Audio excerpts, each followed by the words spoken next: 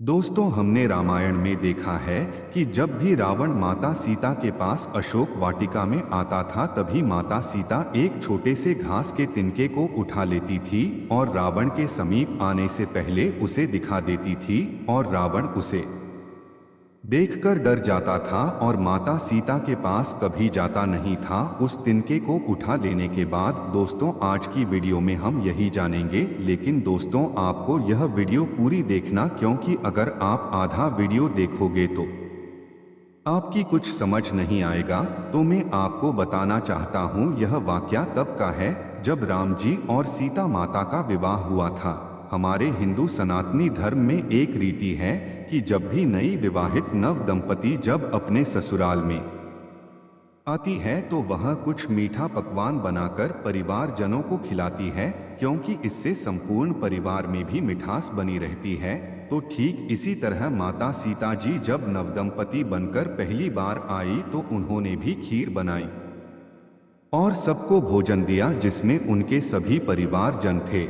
जब राजा दशरथ भोजन कर रहे थे तो तभी सीता माता की नजर उनकी खीर पर पड़ी तो देखा कि खीर में घास का तिनका पड़ा था। तो सीता माता ने अपने दिव्य दृष्टि से उस घास के तिनके को जलाकर राख कर दिया और सीता माता को लगा कि मेरे ससुर जी ने नहीं देखा, तो वह थोड़ा सुकून भाव में हो गई।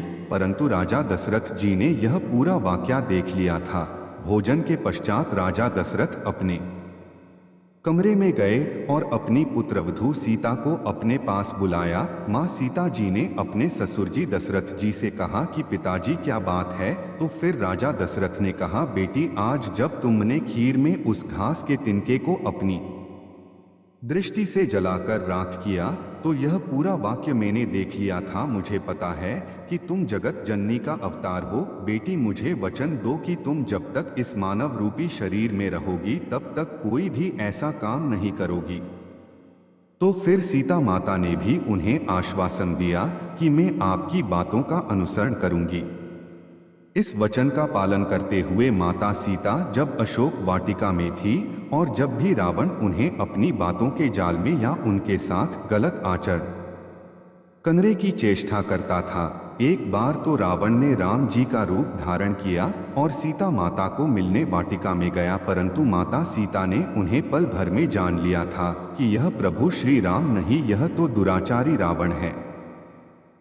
इन्हीं कारणों से माँ सीता घास के तिनके को उठा लिया करती थी और अपने ससुर जी की बातों को मनन करने लगती। नहीं तो माँ जगत जननी सीता माता चाहती तो रावण को अपनी दिव्य दृष्टि से एक क्षण में भस्म कर लेती, परंतु वह अपने पूजनीय पिताजी यानी ससुर जी दशरथ जी के वचन में बंधी थी। दोस्तों, अगर आपको हमारी दी गई जानकारी अच्छी लगी हो तो प्लीज़ हमारे चैनल को सब्सक्राइब करना और अपने दोस्तों के साथ शेयर ज़रूर करना।